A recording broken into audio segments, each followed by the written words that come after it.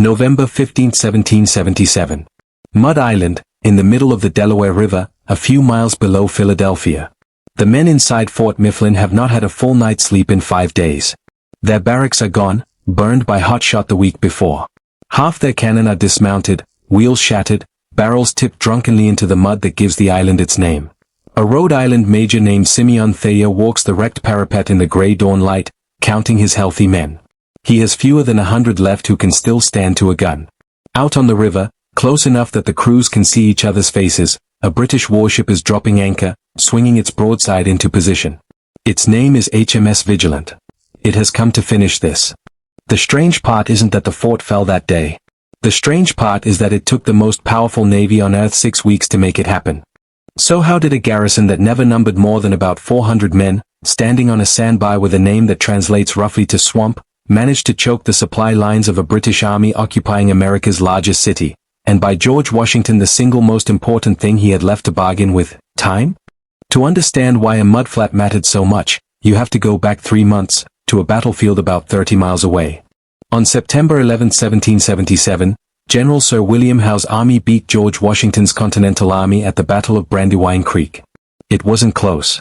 Washington's flank was turned, his lines collapsed, and the road to Philadelphia, the rebel capital, the seat of the Continental Congress, the largest city in British North America, lay open. On September 26, British and Hessian troops marched into Philadelphia unopposed. The Congress had already fled west to York. On paper, the American cause had just lost its capital. In practice, Howe had just inherited a problem nobody in London had thought through carefully enough. An army needs to eat. An occupying army in hostile country, surrounded by a population that increasingly wanted it gone, needs to eat reliably. Howe's men had marched inland from the Chesapeake, and the overland supply routes back to that anchorage were long, exposed, and constantly harassed by American militia. There was a faster way to feed Philadelphia, the Delaware River, which ran right past the city, deep enough for Royal Navy transports loaded with beef, flour, and rum to sail straight up from the fleet waiting at the river's mouth. On paper, the American cause had just lost its capital. In practice, Howe had just inherited a problem nobody in London had thought through carefully enough. An army needs to eat. An occupying army in hostile country, surrounded by a population that increasingly wanted it gone, needs to eat reliably. Howe's men had marched inland from the Chesapeake, and the overland supply routes back to that anchorage were long, exposed, and constantly harassed by American militia. There was a faster way to feed Philadelphia, the Delaware River, which ran right past the city, deep enough for Royal Navy transports loaded with beef, flour, and rum to sail straight up from the fleet waiting at the river's mouth. There was just one problem. The Americans had spent the better part of 2 years making sure that river was a death trap. Downstream of Philadelphia, engineers working for the Continental Congress had sunk rows of iron-tipped wooden obstacles called chevaux de frise into the channel, angled spikes, invisible below the waterline, capable of holding a ship's hull like a spear through a fish. To stop anyone from simply clearing them out, the Americans had built 2 forts to guard the obstacles: Fort Mifflin, on low, marshy Mud Island on the Pennsylvania side, and Fort Mercer, on higher ground at Red Bank, New Jersey, directly across the water. A small flotilla of Pennsylvania rogue galleys and floating batteries, under a merchant captain turned commodore named John Hazelwood, patrolled the gap between them. Take Philadelphia, in other words, and you still hadn't taken the river. And without the river, Howe's army was going to get hungry. Command of Fort Mifflin, the more exposed and more vulnerable of the 2 forts, fell to a 25-year-old lieutenant colonel from Maryland named Samuel Smith. Smith had grown up the son of a prosperous Baltimore merchant, groomed for a life of trade, ledgers, shipping manifests, the Atlantic commodities business. He'd been overseas doing exactly that when the war broke out, and he came home not to inherit a counting house but to raise a company of soldiers. There was a stubbornness in Smith that his merchant training never quite sanded off, a refusal to treat a bad position as a lost one, an instinct for extracting one more day out of a situation that looked finished. It's a trait that will matter later in this story, and not just in 1777. Congress and Washington both understood, in broad strokes, what Fort Mifflin was being asked to do: hold, for as long as humanly possible, a position that professional engineers considered close to indefensible. Mud Island sat low, practically at water level, with no high ground to anchor its walls.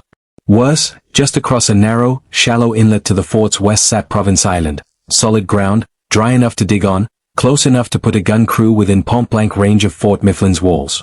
Any competent besieger who got artillery onto Province Island could sit there and simply take the fort apart, brick by brick, log by log. Everyone on the American side knew this. They garrisoned the fort anyway. That decision, hold Mud Island regardless of the odds, because every week it held was a week whose men went without full rations, is the trap the entire rest of this story springs from. The British made their first move on October 22, 1777, and it went catastrophically wrong for them. A Hessian colonel named Karl Emil Kurt von Donop, an aristocratic, ambitious officer eager to distinguish himself after the humiliation of Trenton the previous winter, led roughly 2,000 Hessian troops across the river to storm Fort Mercer directly, take the New Jersey fort first, the thinking went, and Mud Island would fall on its own. Waiting for him inside earthworks defended by roughly 400 Rhode Island Continentals under Colonel Christopher Greene, Donop's assault ran straight into a killing ground the Americans had quietly prepared. A section of outer wall deliberately left weak, funneling attackers into a narrow approach raked by cannon and musket fire from 3 directions. The Hessians broke. Nearly 400 of them fell in 20 minutes. Donop himself went down with a bullet through the hip, left behind on the field as his survivors retreated, and was carried to a nearby farmhouse belonging to a Quaker family named Whitall. Picture that scene for a second, because it's one of the strange, human footnotes this war kept producing. And Whitall, the farm wife, had reportedly refused to leave her house even as cannonballs came through the walls during the battle, calmly continuing her spinning until a shot finally forced her into the cellar. Now her home became a field hospital, and the dying Hessian colonel who'd led the attack on her neighbors was carried in to be nursed by the family whose farm his men had just fought across. In a single day, the British had lost a battalion's worth of Hessians, a Hessian colonel, a 64-gun ship of the line, and a sloop of war, to a Rhode Island earthwork, a Pennsylvania mudbank, and a river full of American ironmongery. House staff needed a new plan.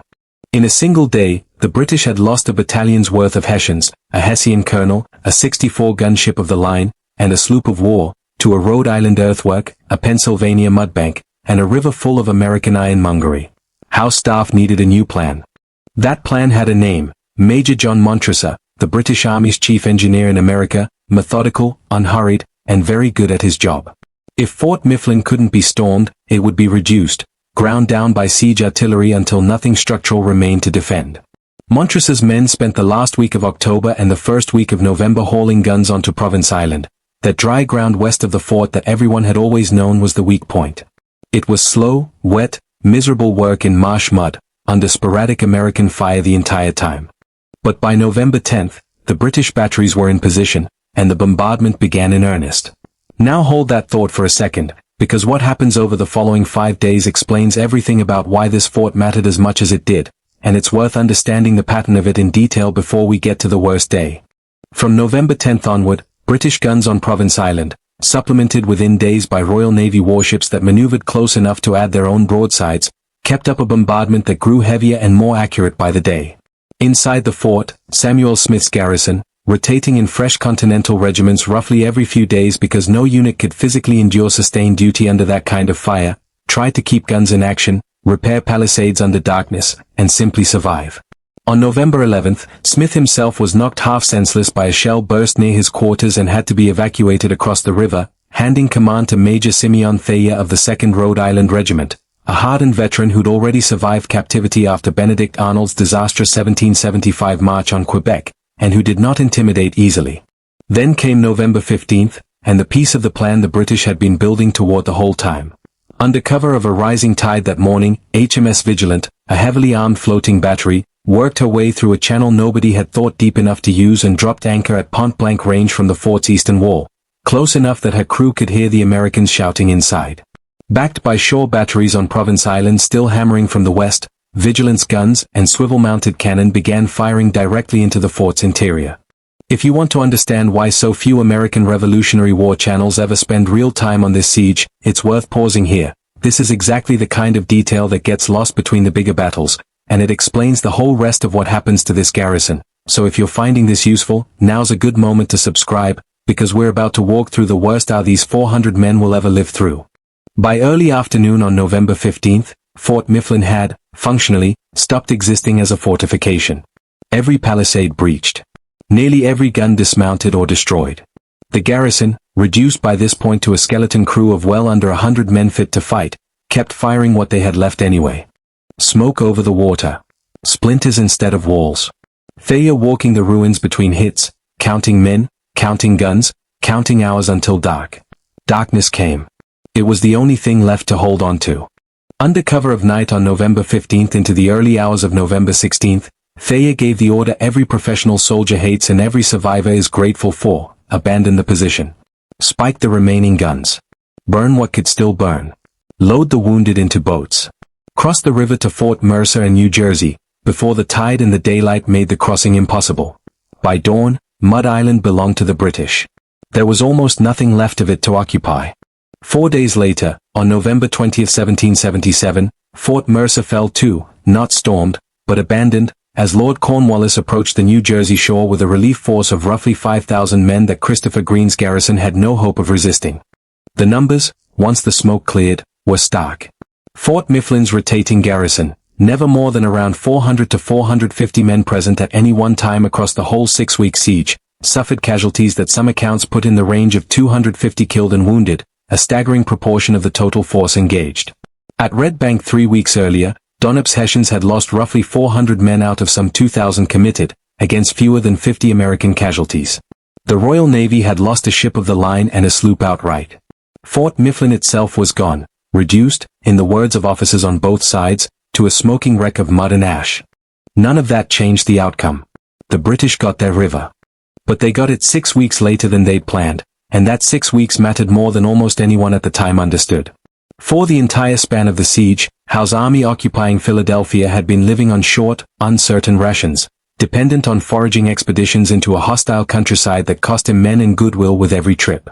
Every day Mud Island held was a day Washington's battered army, recovering from Brandywine, from the defeat at Germantown on October 4th, got to rest, resupply what little it could, and simply exist as a functioning threat Howe couldn't ignore. By the time the Delaware finally opened in late November, Washington had bought himself the room to withdraw his army into winter quarters at a place called Valley Forge, rather than being forced into another battle he couldn't afford to lose. There's a wider current running underneath all of this, too. Only a month before Fort Mifflin fell, an entire British army under General John Burgoyne had surrendered at Saratoga, New York, the single event that would ultimately convince the government of Louis XVI that the American rebellion was a horse worth betting France's navy on. Fort Mifflin and Fort Mercer didn't cause that alliance. But the picture they added to it mattered, not just that a British army could be captured in the north, but that a garrison of a few hundred men, on a scrap of mud with no real hope of holding, could bleed the British war machine for 6 straight weeks and cost it a warship in the process. Word of that kind of resistance traveled. It made the case, in London and in Paris alike, that this war was going to be longer and costlier than anyone in Whitall had promised. What happened to the men who lived through it is its own kind of ending. Samuel Smith recovered from his wounds and went on to one of the longest public careers of anyone in this story, decades in Congress, a long run as a United States Senator from Maryland, and, most strikingly, command of the American defense of Baltimore in September 1814, the very battle whose bombardment of Fort McHenry, another besieged American fort under naval fire, inspired the poem that became The Star-Spangled Banner. The stubborn Baltimore merchant's son who'd refused to give up a doomed mudflat in 1777 spent his old age doing almost exactly the same job again, 37 years later, and won. He died in 1839, in his 80s, one of the last surviving senior officers of the Revolution. Simeon Thayer, the man who commanded the fort through its final, worst days, returned to civilian life in Rhode Island after the war and lived quietly until his death in 1800, a soldier's retirement, largely unrecorded, after one of the most demanding 6-day commands of the entire war. Christopher Greene, who broke Donop's assault at Red Bank, did not get so quiet an ending. In May 1781, nearly 4 years later, he was killed in a surprise raid by Loyalist cavalry at Pines Bridge, New York, reportedly targeted with particular brutality partly because of his long association with the 1st Rhode Island Regiment, one of the war's few integrated units, including black and Native American soldiers under his command. The man who delivered the Hessians their bloodiest defeat of the fall campaign was hacked down by men who never forgot which regiment he led. Carl von Donop never left the Whitall farmhouse. He died there on October 25, 1777, 3 days after the battle, reportedly telling those around him that it was a bitter thing to die in a foreign country, fighting a cause that was never his to begin with. And Whitall, the farm wife who'd nursed him, lived on at Red Bank for decades afterward, her house still standing on what's now preserved parkland. John Montresor, the engineer whose patient siege work finally brought the fort down, returned to Britain after the war, drifted into financial and legal troubles over land claims, and died in 1799, largely forgotten next to the generals whose campaigns his engineering had made possible. William Howe, for his part, never got the campaign he wanted out of any of this. Frustrated by a war that kept costing more than it delivered, he resigned as commander-in-chief in 1778, sailed home to face a parliamentary inquiry into his conduct of the war, and spent the rest of his life defending a campaign that had captured a capital city and somehow still lost the war around it. He died in 1814, the same year his old enemy Samuel Smith was organizing Baltimore's defense against Howe's own successors in the Royal Navy. Here's the thing this story keeps circling back to. The British Empire captured the American capital in 1777 and still came out of that autumn worse off than when they'd started. Beaten, in the end, not by the loss of the city, but by the 6 weeks it took 400 men on a mudbank to let them have the river that fed it. Fort Mifflin still stands today, rebuilt on the same low, marshy ground beside the Delaware River, a short drive from Philadelphia International Airport, where jets now pass low over the same water the Vigilant once sailed up to finish the job. It's one of the most bombarded pieces of ground in American history, and one of the least remembered. If a fort nobody thought could be held, manned by a garrison nobody expected to last, ends up being one of the reasons an army occupying America's largest city went hungry, it might be worth asking what else about this war got left out of the textbook version. If this is the kind of story you want more of, subscribe, hit like, and tell me in the comments, what do you think finally made Major Thayer give the order to abandon Mud Island on the night of November 15th, and would you have held one more day?